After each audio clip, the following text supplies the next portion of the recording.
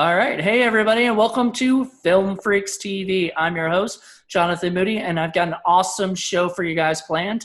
First of all, let me introduce my co-hosts that have been on the show before. Please welcome Paul Presenza. Say hello, Paul. Hey, how's it going, everybody? Hey, Paul.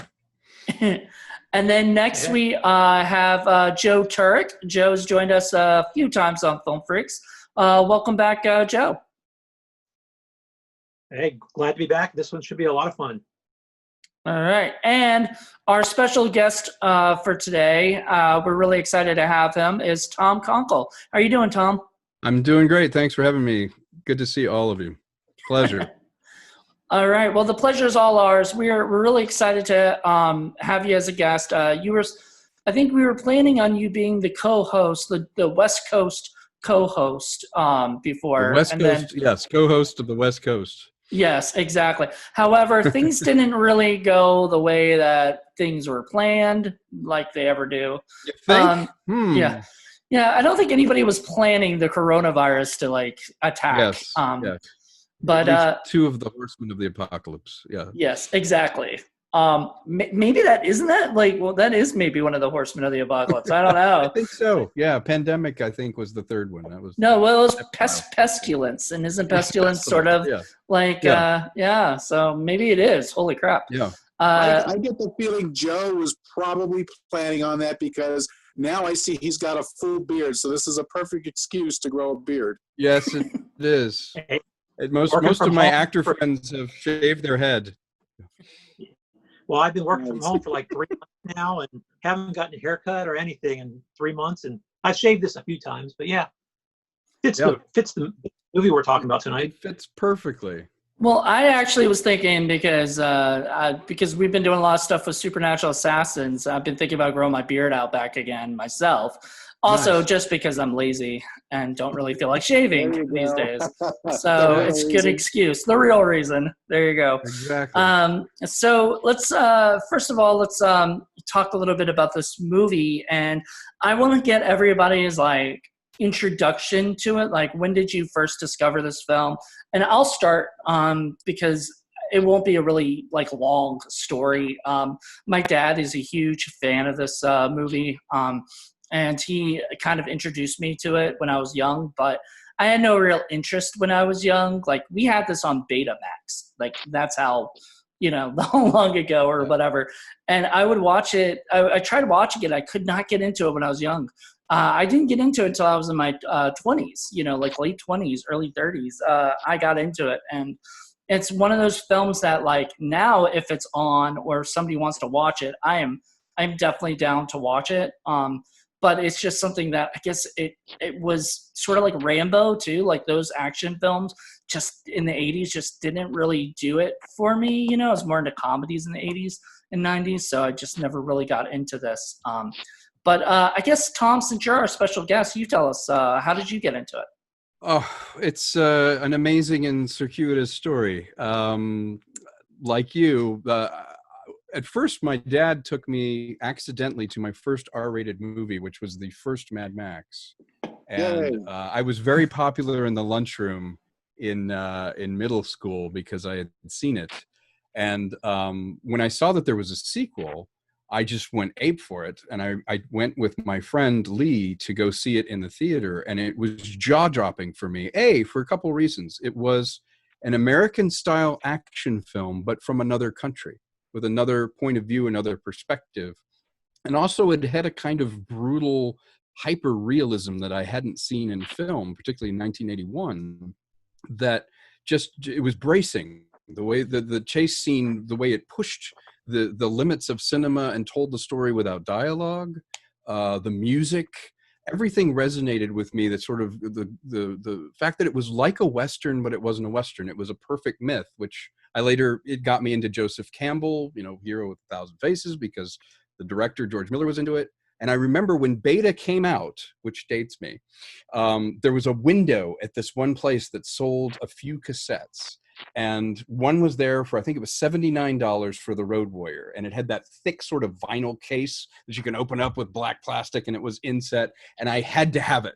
So I went and convinced my parents to buy me a Betamax machine to play that one tape, that one Road Warrior tape. So they ended up spending probably $450 for me to get that one tape of that, because I needed to buy the Betamax, and I insisted on getting a portable one so I could camera and shoot my own films. But then that was the first movie I ever played in it, and I played it so much that it was threadbare, like you would see creases and stuff through it. And it got me into the kinetics of film. And then when I moved to LA, it was probably 1989, I moved to LA to be a filmmaker, to act and be a filmmaker. And I was in a circuit city in Van Nuys. I was 21, maybe 21, 22. And in walks Vernon Wells. And he wanted to buy probably a Walkman or something. And I come running up to him and I'm like, Vernon Wells, I can't believe, like, you're the first, I just moved here and I see you from Australia. And he's like, yeah, kid. Okay. And so I'm working Christmas help there. You know, I was living in my truck because I didn't have a place yet. I was living, on the edge to kind of do it. And I helped him as Christmas help to try and buy something. At the end of our thing, I go, one day I'm going to make a movie with you. And I remember he kind of looks down at me and goes, yeah, right. Walks out. So 23 years later on my film, The Trouble Is My Business, where he's the star, he's got me tied up to a chair. It's a film noir in the 40s, and he's punching me, and I go, can I tell you a story? He's like, what? And I go, you won't remember this, but I do. You were the first person I ever met in LA, and I told you that I would make a movie with you that I directed, and here we are. And he's like, you gotta be kidding.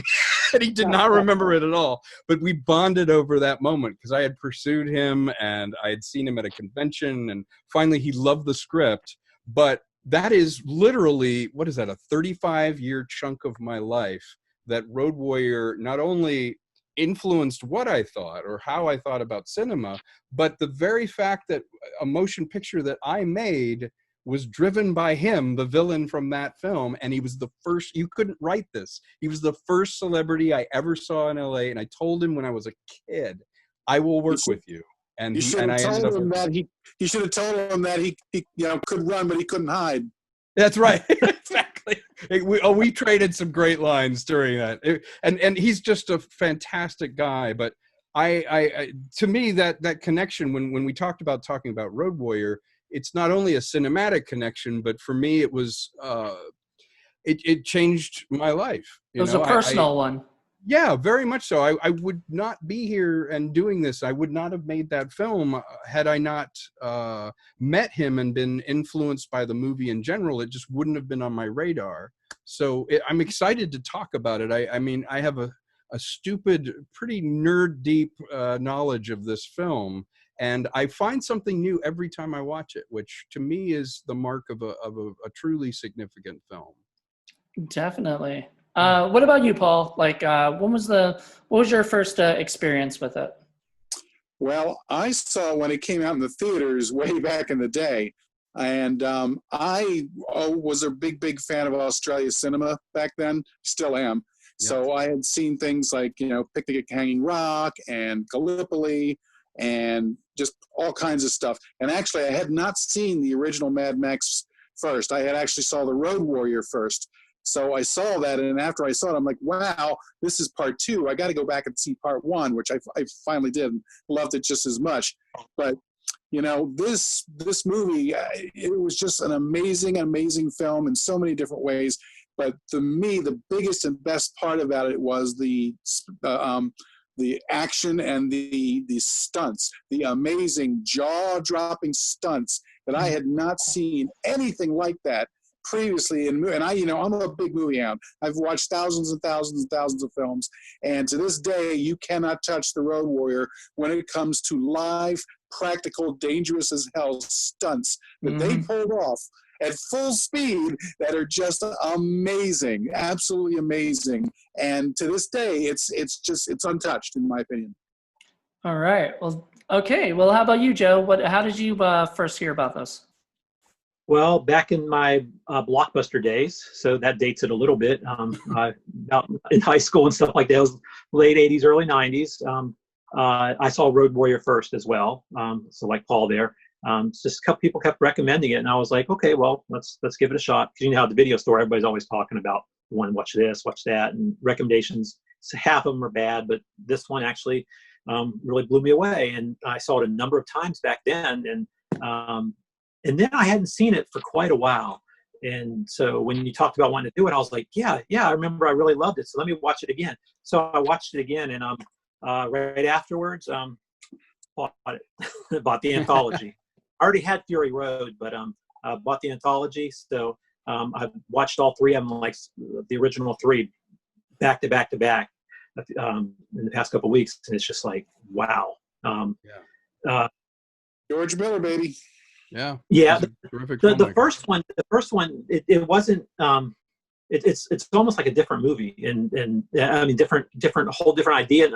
My wife was walking in, she looked at it and was like, "What are you watching?" She says, "I thought they were in the road driving all around," because the first Mad Max is obviously a different element and stuff like that. But it's left a mark on me, and now it's like I own it, and I'm a little bummed that on the one disc I got a different version to where I can't watch it because it's not the right region or something. But I'm gonna find a way to watch the bonus disc.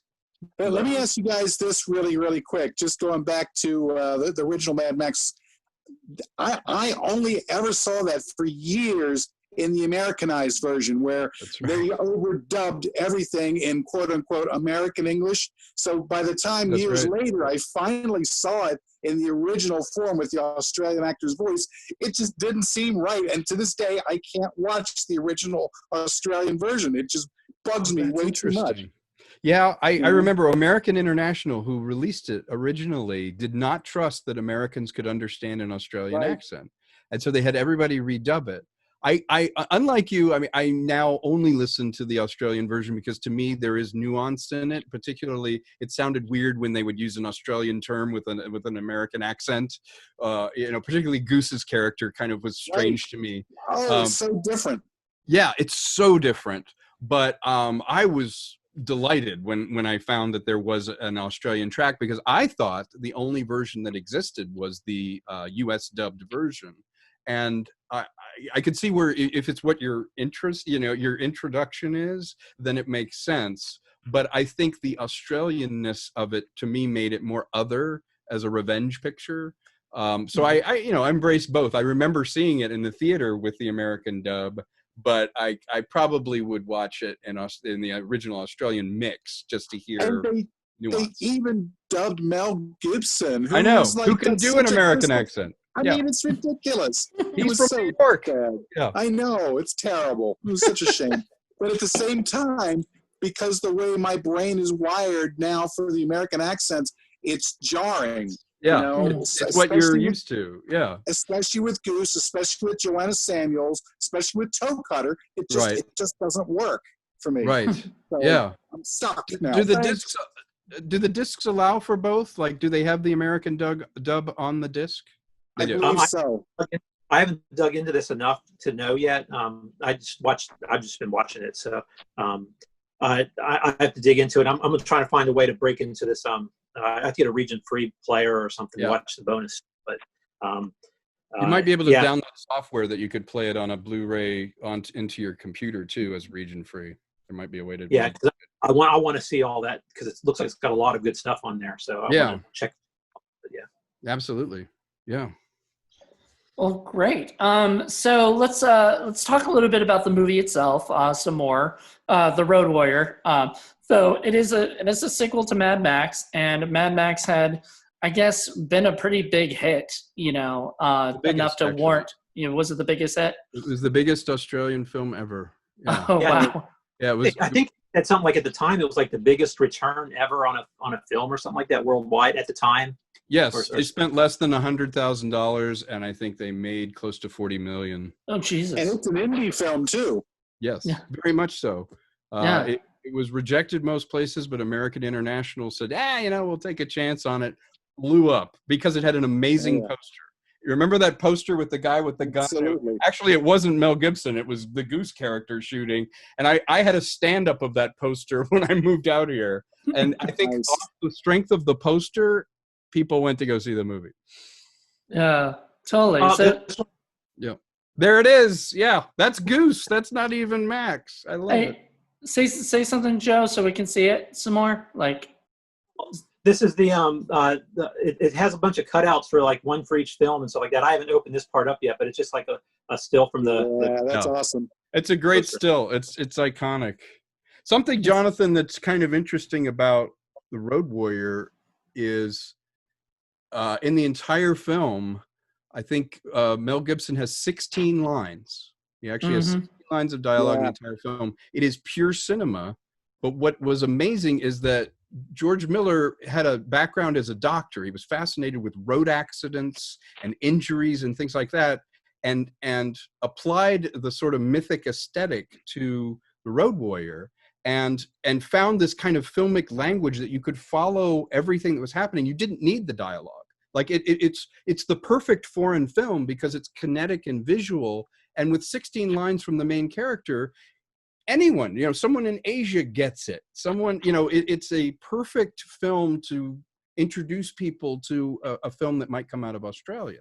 Not to mention the fact that it immediately makes a connection with American Westerns, because clearly you can draw parallels between Max and any Clint Eastwood character you want to name. Absolutely. Yeah. He's escorting the wagon train through no man's land. Right. There's that great, reveal at the end, which is fantastic, but all of it follows that mythic kind of, he's outside of society. Max doesn't belong to a community. He's rejected. And then he's forced to join that society, but he can never really live with them, like Shane. right. He has to live outside of society. Well, what I really liked about like rewatching this again and everything was just watching it and hearing how all he wanted was a fucking can of gasoline. Yeah. Like that's all he wanted. He didn't even want to bother these people, and he gets mixed up in this like shenanigans going on. I just thought that was really sort of funny and sort of poetic at the same time. I agree. Right, so there's a little bit of Yojimbo and Sanjuro in there as well. Absolutely. Miller knew his film. He knew what he was doing. It's a samurai myth too. Yeah, and I think it was kind of reflective of the post-apocalyptic nature that they were in. That their whole life, that's all they basically was. Can I get to the next day almost? Can I survive? And so it's like, well, everything was based on fuel. Because I mean, it was such a delicate thing to have. Yeah. Right. And one of my favorite things about the film is the way that they frame the story. How you start off with the guy who's the little kid, but we don't know that yet, talking about his memories. And he's talking about this horrible time way back when that we all had to go through. And this hero comes out of the mists to help us. And he goes through all of this. And then towards the end, you find out that, he managed to get through it all, but they never actually see whatever happens to the hero who came in and helped them for that little bit, and they have to go on with their life. It's brilliant, absolutely brilliant. I was floored by it. It was a beautiful, simple twist, but you're right. It threw it into the realm of myth, and that it already happened. But we weren't a party to the fact that we were seeing the child, and the child be in jeopardy, but we didn't know if he made it or not. And then by telling it in retrospect, he became this mythic figure that you're like, well, what's the rest of his story? Like, he touched so many lives and then left, but he was a complete anti-hero. He didn't do. And that shot was the same shot of him on the street as the movie opened to where as it closed with that voiceover. Yes. Yeah. When the kid, me, it's just like, wow. Beautiful. Yeah. It's iconic. Yeah. I'll tell you one other thing too, because again, this goes back to, I admit I had this huge crush on Virginia Hay. And for a long time, I used to fantasize that Virginia Hay's character didn't die, that she got pulled off the vehicle, because you don't see her die. You don't actually see her die. She gets pulled off the vehicle, which means she could have survived. And why not make a movie right afterwards, or there was some time right afterwards where she and Max go off together because they seem so perfect for each other. Yes, they did. How awesome would that have been? And they had that little bit of thing between each other when she undoes his handcuff, and he kind of does the nod to her or whatever, and you think, oh, there's something there. But then it's a very unconventional film because it doesn't explore it at all. And Right, I happen to know Virginia, and I had a conversation with her, and she's like, that was her first movie. And she was just nervous and wanting to do a great job with it. And, she's like, I'm hanging off of trucks and doing all of this. But one thing that George Miller did that I thought was really interesting is by making her so attractive and making her a thing of beauty and all that ugliness, you do feel her death more. Because Absolutely. when she goes, you're like, it's like killing a flower in the desert. You see her get shot and you go, like in any other movie, a really attractive woman would live. But in doing her in, I felt it more because I was like, wait, isn't she like who Max gets? And I like her. It's like he made you feel that death, because if it were just any other character, or a character who was either ugly inside or not particularly attractive, you would have a different response. But to have the person of your romantic interest die, it was a brilliant stroke to have her lose her life without making a connection to him. I was amazed. I was like, wow, there's a thread that he had, and he was like, nope, that's not going to happen. It's funny because all it did was it fired my own imagination. I created these whole stories where they went off and together and did all this other stuff. Exactly. It leaves it open. You're like, wow, I did not expect it to go there. What happened? So I thought that was brilliant. Well, I love that because in a way, like in those most traditional of storytelling, there is the romantic, subplot that, of course. but a ton of times that gets in the way of the action movies because, like we're supposed to care about these two characters who just met, and everything. Right. We don't have this enough time to really get connected to the story and to the audience. And then all of a sudden, whatever's supposed to happen, you're supposed to feel sorry for them or whatever, but you're supposed to, maybe they'll go off into the, as Paul wanted they to go off into the desert together and they'll live a life of whatever. Right. But it doesn't happen in this. And they decided they were going to after a while, I just completely forgot that there was even sort of any connection between them. And because what makes it so bittersweet is the fact that you get the impression that her character could go toe to toe with anything in the desert, just with Max there. She's just as tough and smart as he is. That's true. And it's Miller being very smart, instructing us, no, the movie's not about that. It's not about the human connections. It's about the mythic storytelling, and it's about the driving just kinetics of the plot of we're going to get through, break through, keep going, and that's what the movie's about. And people begin to fall by the wayside. But besides, Max is very much a broken character, and we can't have him healing even in that little bit. He's comes in broken and he leaves even more broken towards the end. And he has to do that. Yeah, he's defined by that pain. You can't heal it in the movie. And to Gibson's credit, one thing I think he does that's beautiful in the film is not only do I never not believe his physicality, he means it. Everything he's doing, he's in that moment, which is what great acting is. You're like, no, that's Max, and he's in a car. But what he did that was beautiful is when his hand goes out into the dirt that's spilling out of the truck, a smile goes across his face that is both like a rictus grin of death, where he's like, of course, but also he plays it so subtle and approachable that you almost see the human behind him, the man that he used to be, while still being tough and not indicating, it's not like, oh, I can't believe this, it's this, but he just gives a wry smile and kind of looks at him. And the way he looks at him says everything you need to say. He's like, of course. Well, Tom, let me ask you this then. Do you think that he knew about the fuel? Do you think he knew that it was sand? I don't think he did. I think the reason he gifted the character with that smile in that moment is probably in his process as the character, and probably Mel thought about it, is he was so driven to protect and to get this thing through that to him, the irony of his one time being heroic, being fruitless, that he's a decoy. I think that's what, when he realizes, when we do, that it was I don't think he was onto it, because I don't think he would have extended his hand, and I don't think he would have given us that smile. Right, I think right. he found it out. What's beautiful about that film is it revealed the emotions at the same time to the characters as it did to us. I never felt ahead of it. I never felt behind it. I always felt like, wait a minute, the truck crashed. What's going on? And then he puts his hand in, and I'm like, oh, that was brilliant. It didn't mean at anything. That moment, you definitely get the feeling that, he thinks it's a sly move and very clever, but I also get the impression that he's also thinking to himself, it doesn't matter. We would have done it anyway. Yeah, exactly. He's like, I'm going to get my gas, and I guess I was the decoy, and it's a brilliant.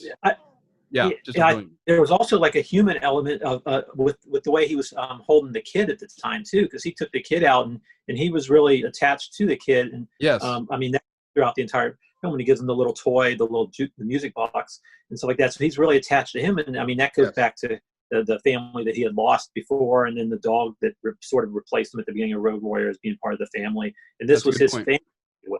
So I think that him at that moment realizing that he was a decoy, but yet at the same time that the kid was saved and that it did work out. I think, to your point about how he reacted to it, I think that's spot. It was beautiful because it was real, and it was in its moment. I understood what he was thinking, which is good acting. But to Paul's point too, I think holding the kid is what makes that beautiful wraparound of the voiceover, that moment and that man's life will stay with him forever, because he comes off kind of hard to the kid. He's like, get out of here, like at first, but then to be holding him, like you said, like a father would hold a son, that's why he's telling the story to us. Like that was a life-changing moment of kindness in a very harsh environment. And the guy, as an older person, realizes and understands it now when he's telling it to the kids around the campfire than when he actually experienced it as a kid himself. Exactly. Yeah, which is the whole point of myth. Like that movie shows us the entire point of mythology, of a hero's journey, is all in the wrapping and structure. Miller's all about structure. If you look at Fury Road, it is a visual map of a story. You could remove all the dialogue and you'd still know the relationships. You'd know where you were, the geography. Well, the Road Warrior was him test running that very philosophy of, how do I tell a story that's kinetic, but still emotional, that's about something? It's a very smart film. The reason the four of us are sitting here talking about it 40 years later is because the Road Warrior is about something.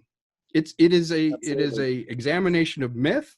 It is a very intelligent film. It's to me, the thing that makes Road Warrior last is that on every level, be it the music that they picked, they could have picked a very cheesy rock soundtrack. It could be music of its day in the 80s that would date it. But no, he went orchestral. He went classic. All the characters are iconic characters, but also very mythological. I think we're still talking about it because you can have an action film that is also about something and has these deeper underpinnings. And I think it's just richer. A kid watching it's going to go, cool, car crashes. But guys our age are going to watch it and go, Joseph Campbell, there it is, the Western myth, the samurai, it's about something. And that's a much more fun experience because they're enjoying it on one level, we're enjoying it on another. That's, to me, a perfect film. And definitely Max is one of the heroes of 1,000 Faces that you can plug in there too. Absolutely. And not to mention the amazing cast of interesting characters that flood throughout the whole, it's not really a trilogy anymore. It's whatever you would call it. Quadrilogy, I guess. Yeah. Well, it's series, I guess, would be. Amazing, interesting characters, Toe Cutter going to the Lord Humongous, the Ayatollah rock and roller. Even come on, even the mechanics. Remember where he shouts down? He's like, "How long to repair? 24 hours?" He goes, "Okay." It's like those guys you would never see in a Hollywood movie. They were so wonderful and real, and I love stuff like that. And the Gyro Captain, we have to talk about Bruce Spence. Oh yeah, amazing character. Well, Yeah. He's one of my actually, favorites. it's funny because Paul and I last month did Dark City, which also had Bruce Spence in Bruce it as Spence. well. And it was really funny because, I mean, when I planned this, I was not even thinking about Bruce Spence. And then I watched it. I'm like, oh my God, there it Yeah. is. You know, Yeah. that's awesome. He's one Yeah. of those just rock solid character guys that he appears in all these different movies, and he has his character. He's got his look, whether it's The Matrix or this or Star Wars or whatever. You're always like, there's Bruce, and he just throws down this really interesting character. And Well, Dark City is a absolutely. hugely underrated film, and he's terrific in it. Oh yeah. And Oh, yeah. interesting side note there too is that I was looking up Bruce Spence's body of work, and I also realized he did Lord of the Rings, The Return of the King, but he is also in Revenge of the Sith. So he's been in like a whole bunch of like franchises that Yeah. Got a lot of respect.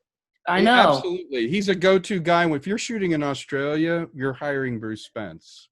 And he's Okay. just a go-to guy. When they shot Matrix, they got him. I mean, it I just think he was in Man from Snowy River, and Yep. he was in a whole bunch of different things. So yeah, he like has I the said, best face. Yeah. I was really into Australian cinema for a long time, and people don't understand how many good quality movies have been coming out of Australia since the late 70s. Good point. And it's just amazing, and he's one of the group of great actors that come from there. Very true. Like Peter Weir, my gosh, just there's so Yeah. many great Australian films that have become Hollywood films. But yeah, there's the whole. In college, I did a paper on the Australian New Wave because I was fascinated Nice. by it as well, like Walkabout and all that. And it just fascinated me because of all of them. George Miller seemed the most Hollywood to me at the time, but he also he approached it from a very unique point of view. And I think one thing about Miller that people forget is he's good at everything.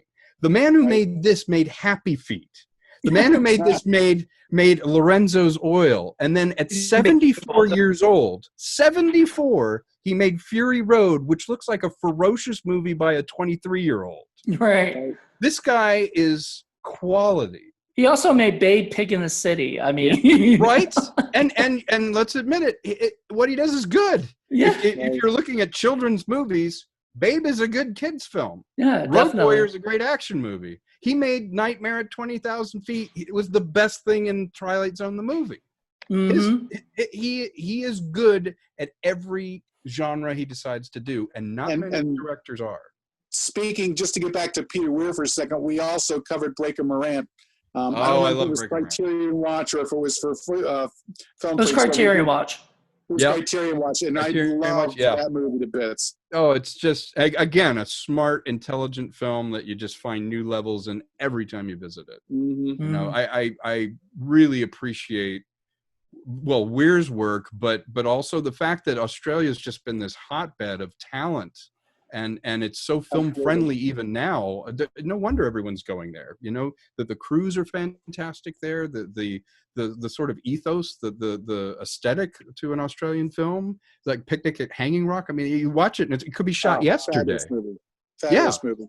Yeah. So I think for me, you know, Road Warrior is such an accomplishment, because if I tell people stuff about it, they're like, what? Like, this is one of the only action films to ever be shot in order. It was shot every day in order.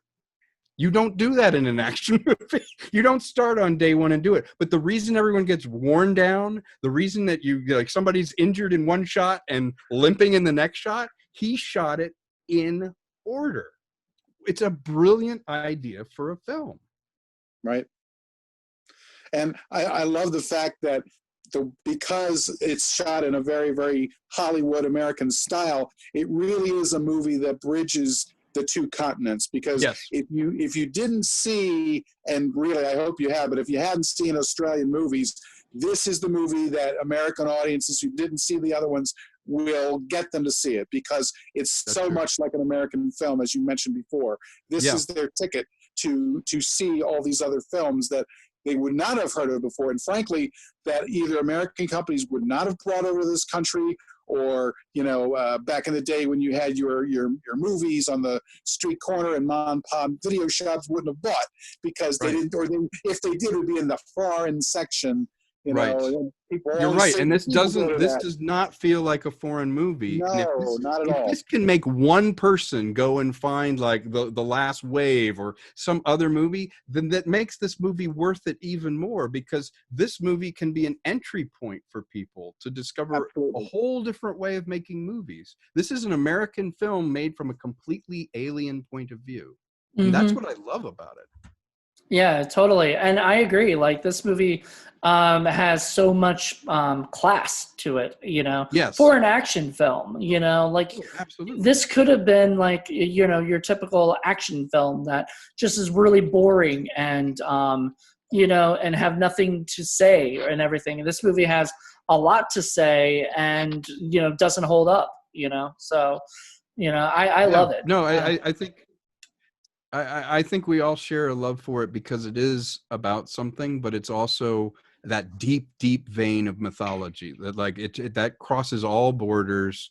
There's always going to be myths like this, and it completely honored the myth, but took it off in these new, a post-apocalyptic version of the hero's journey myth is a brilliant idea. And then to put an orchestral score under it, all of these quality actors in it, and not to put those sort of false notes that a lot of quote unquote B movies. I don't think George Miller thought he was making a B movie. He just thought he was making a movie, and that makes a huge difference. And then to add in those amazing stunts. Yes.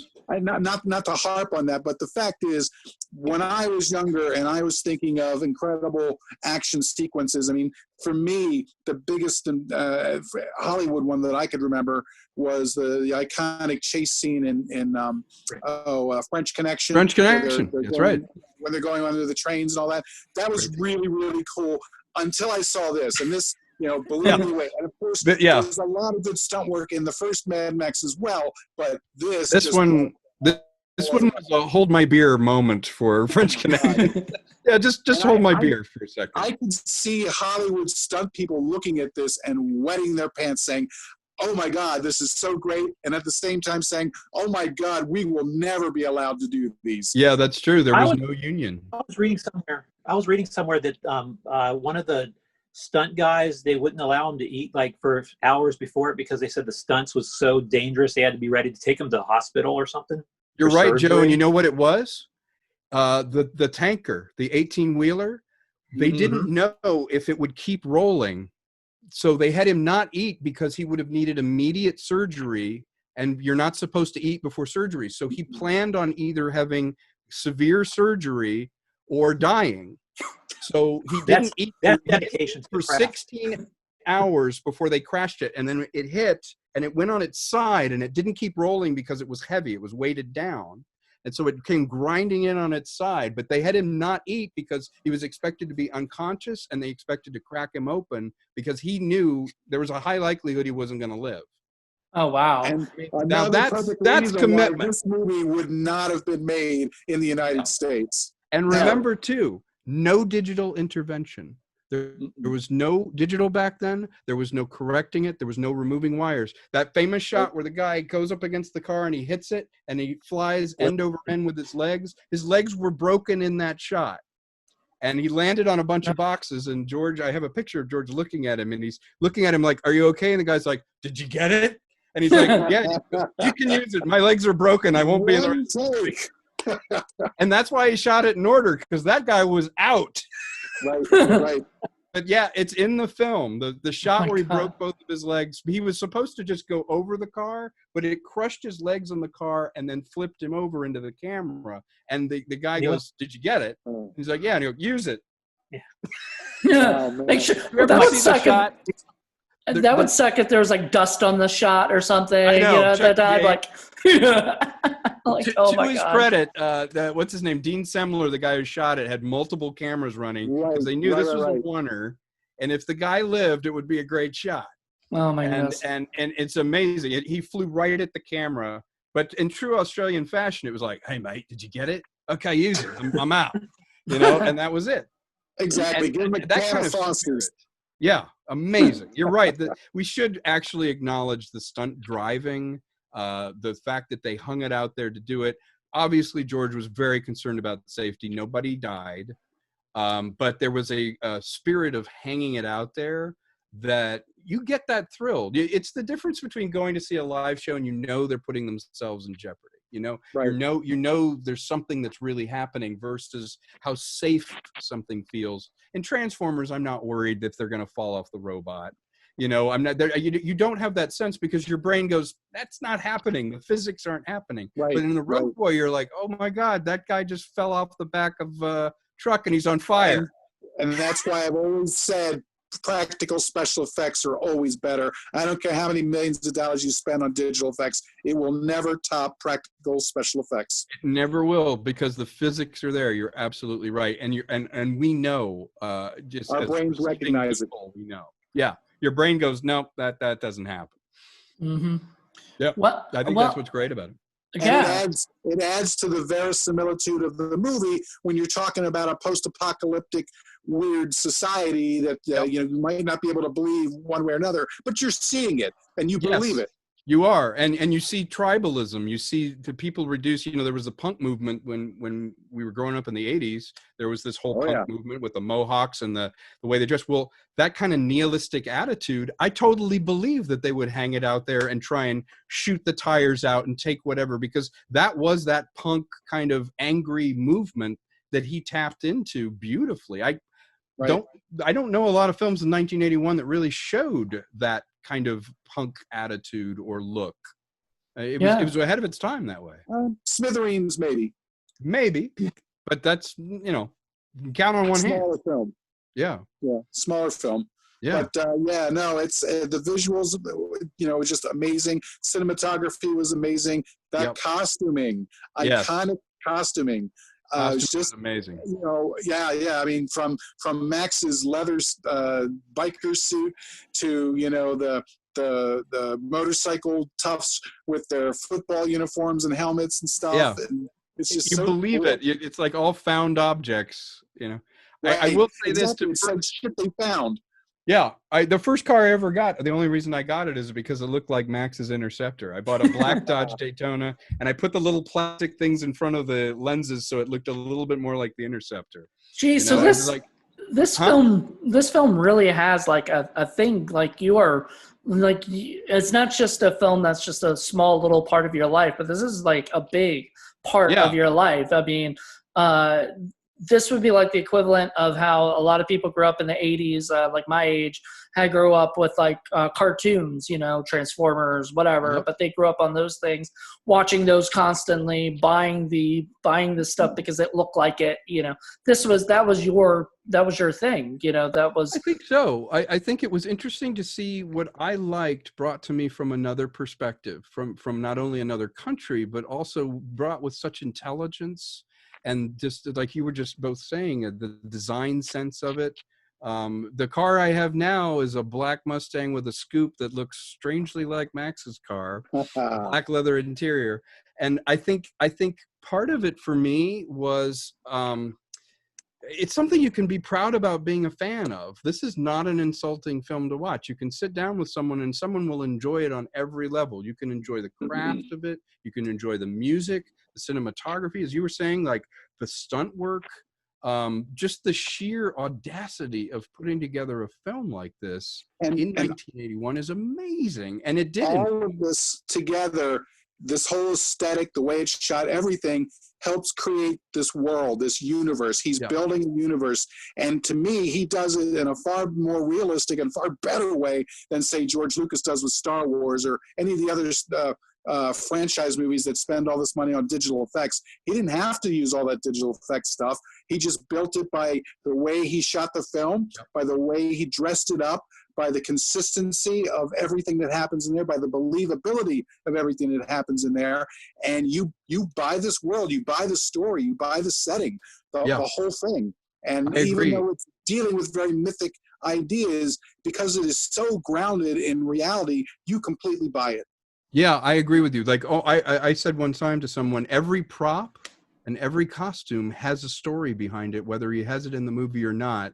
I utterly believe that he thought, you know what? He would have that, and he got that, and it's a cricket bat that he got, or the general when he's wearing his old uniform and stuff. You know that he's someone who went nuts because the world went nuts, and he's now the crazy old man. He's the Gabby Hayes kind of character. He's like, hey, I'm going to help you out. And it's like, this guy used to be in charge of something. George is actually saying, look, he's wearing ribbons. This nutcase used to be in charge of nukes. You know, there's all these different things in the film that just are just delicious. And the fact that we're reduced to animals over oil is an amazing, and Broken Hill, we should talk about Broken Hill. Just what an amazing location. It feels like another planet, doesn't it? Right, right, absolutely.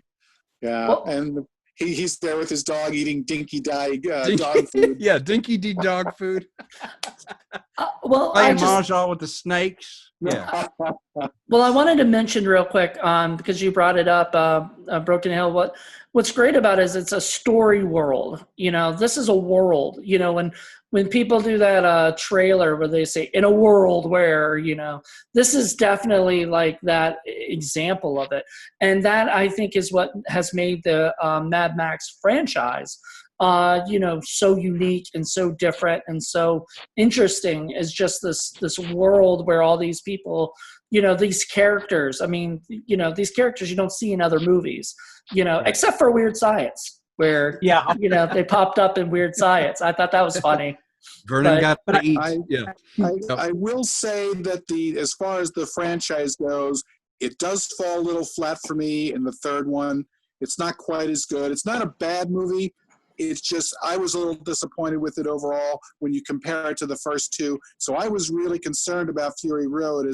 You know, I know it was George Miller. I knew he was getting the gang back together, and I was really hopeful he was going to be something that I could say, okay, this measures up with the others.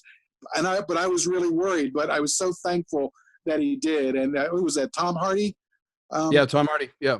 Oh, he did such a great job. And the DP on that was 79 years old. Right. And it looks like it's shot by a 20-year-old.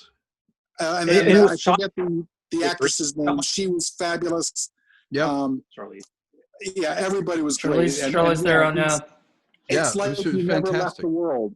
Like yes, he never left the in world. fact, he added new grace notes onto it that you utterly kind of believe this is the next evolution of it. And I love that he expanded the mythology of it, you know, with the war boys and the idea of them going to a Valhalla. And there's just, you know, the impregnation of the women and how they were valuable. And it just, you're like, yeah, I can see like returning to a kind of tribalist mentality, but he created another myth, you know, and daring to not have Max be in the center of it. You know, there's so much to like about the film. And to your point about the third one, remember, the vast majority of that film was not directed by George Miller. He brought in a second director who had a TV drama background. I don't know that George's heart wasn't completely in it. I don't know why he split the duty. Yeah, like I think it was almost like two different movies too. So Thunderdome. Yeah, Thunderdome. I mean, I can feel when George directed it and when he didn't. Yeah, you know, it's interesting. It's based on. There's a book called Ridley Walker. I don't know if you guys know that, but that book was a science fiction book where they created their own language, like the children did in Thunderdome, and they explore that idea of how do people create a new language and a new myth, which was what Max was when he was discovered by the children. He was their savior. They had their own, you know, private language, their own culture. And I think George Miller was interested in that, but he was kind of forced to make another action movie. And he sort of like, hey, would you like to direct this with me? And it made a very schizophrenic film. Right. And that's exactly what he was saying. Yeah. Yeah. I appreciate parts of it, but I think Road Warrior is a superior film on every level. Yeah, definitely. Yeah. I got bored by Thunderdome, so it just wasn't my cup of tea. But you know, maybe now that you said that there was a other director, you know, that makes total his sense. name was also George. He passed away a couple of years ago. Actually, a couple two Georges. Yeah. Yeah. What were you going to say, Joe? I have to look him up. I think the other director was like George Ogilvy or something like that. Yes, George Ogilvy. Yeah, He yeah, passed yeah, away yeah. a couple of years ago. Actually passed away a couple months ago. It says Who? on IMDb. George Ogilvy? Yeah, Oh, it wow. says on IMDb. He passed in 2020. Yeah, No. April 5th, 2020. Well, thanks, 2020. You're just a great year. Who runs Bartertown? 2020 runs Bartertown. Exactly. 2020 apparently. runs Bartertown. Well, another tragedy was they lost Byron Kennedy, who was Kennedy Miller. They lost Byron on a scout. They were scouting a location, and I think he died in a helicopter accident. Yeah, he was the guy who died in the helicopter accident. He was a great partner to George, and probably was very intrinsic in shaping the world we're talking about. Mm.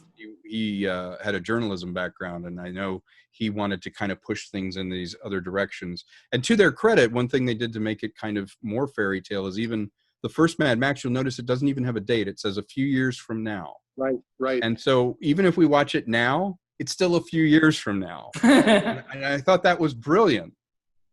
Yeah, Right. instead of that galaxy far, far away, whatever, you Right. know. Or even worse, when they're like, in 1995, the Earth Right. will be, it's like, okay. Well, when they do that montage on Road Warrior, and they talk about what's happened to the world and everything like that, it's almost like it could be relatable to today's times and Yes. where the world could be going. That could be footage from now. That riot yeah. footage could be now. The unrest could be now. It could also be the fall of Rome. I mean, it is so universal that even the montage is mythic. Tom, let me ask you this. Yeah. So, given all the other movies that we had, and given the fact that, of course, we had Tom Hardy replacing, Mel Gibson, Right. can you possibly see a situation where George Miller makes one more Mad Max film where he brings back Mel Gibson to play the role, sort of showing you the end of Mad Max, the cycle, sort of the end of the hero? Because all heroes have to die. At some point, he has to have his heroic death, and it's got to be later on when he's older. Yep. And I would think Mel Gibson would be perfect for that if we could, A, get him interested, and B, keep him out of jail. Yeah, exactly. You know what? Where do I pay my money? I would love to see the two of them reunite, because let's face it, Mel Gibson's a very gifted filmmaker. Braveheart, all this kind of stuff. He learned from George Miller, and so it would be interesting to see him go full circle in the sort of the twilight of their lives. Like, how do I wrap this up? How do we make one really great film that ends this character? And in Fury Road, Mel was going to be in Fury Road until he got I remember that. And it fell apart, not for the reasons you might think. It fell apart because of weather and tax credits and all the things going apart. And Tom Hardy was great in it. We'll never know how, Fury Road would have been had Mel been in it. But you're right. I would love to see them bring it full circle and go, well, how do we wrap up the mythology? Like, where does this mythic hero end up? It would be, I'd watch it. Yeah, I think right now they're talking, the last I was reading it, that obviously Fury Road takes place after Road Warrior, between that and Thunderdome area. But right. What there's talk of possibly doing something with Charlize's character, like a spin-off type of thing. I'm not sure. They were talking about doing something, maybe at the foundation of her character, where it'd be a younger version of her. That's the last I read of anything. But I like the idea also of going past Thunderdome and bringing Mel back as an older character. I do too. I prefer progressing than doing prequels, because for me the urgency is always lost in a prequel, because they're going to live. If I see a young Furiosa and I see a boulder coming towards her, I'm going to go, well, I know she's in Fury Road. Well, God forbid, we don't know how many more movies we've got left in George Miller. So if he's going to make one more, my God, let it be the end of the character arc for Mad Max. It would be beautiful and poetic, because it was his first movie was in that world. It would be interesting to see him. Apparently, he's cleared up everything with legal and Warner Brothers now, so maybe we will get that. Well, that's good. I think it would be wonderful. Vernon said that he sat with him and watched Fury Road, and he was kind of teasing him, like, hey, is there any chance I could come back or whatever? And he's like, no, you died on the front of a truck. But he's thinking about what his next film would be in that universe, and I hope he has time at his age. I hope his health is great, and it would be wonderful if he could do it. And if he could get Mel, I think it would be amazing. Yeah, it would just be amazing. Okay, well, I just want to let you guys know it's almost time for us to wrap up. So I just wanted to thank Tom, definitely, because Thank you for having me. you're our newer guest here. Tell us, what have you been up to, sir? I finished a film with Vernon called Trouble Is My Business. I've been hawking that for almost a year and a half now. It's available worldwide. It actually just opened in Australia on HiVio. If you're in Australia and want to watch it, it's available there now. I'm developing a couple more films, one of which may have Mel Gibson and Vernon in it, shot in Australia. Nice. It's called Island in the Stars. It's kind of a 20,000 Leagues meets Treasure Island mythological take. Nice. And I have two other movies that once the world comes back, I'm going to be filming. And then my day job, I do voiceover and act here in LA. So hopefully that stuff comes back and I'll get a chance to do more. But please check out my stuff. Just Google Tom Konkle or go to troubleismy.biz, B-I-Z.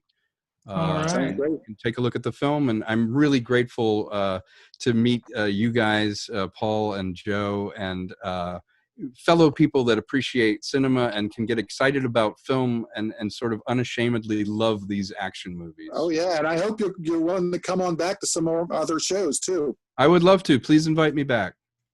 Definitely, you're more than welcome, because we've got plenty. We got plenty of shows that I guarantee you'll be just going excited for. But I'm glad I picked this one for your first one here, because it seems like this one is like the one that you probably got the most passion for out of all the films. Well, we'll see. It depends on what you pick. Yeah.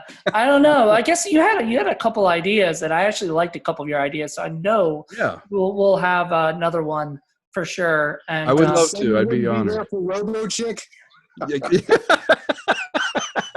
Robo Chick again. I'm sure we can find something passionate we can talk about with it. Yes, absolutely. I love it. Well, thank you guys. I really appreciate being on here. All right. Well, thank you so much. And everybody, hope you guys join us next month. It will be Paul's pick. So who knows what Paul's got lined up. Usually something kind of fun. So please check it out. Check us out then. And also join us the next week after this for Criterion Watch, which also will be Paul's pick of Criterion Watch. So check that out. So hope you guys enjoyed the show and have a good one. Bye. Thank you. Bye. Bye. Take care. You too. Thanks.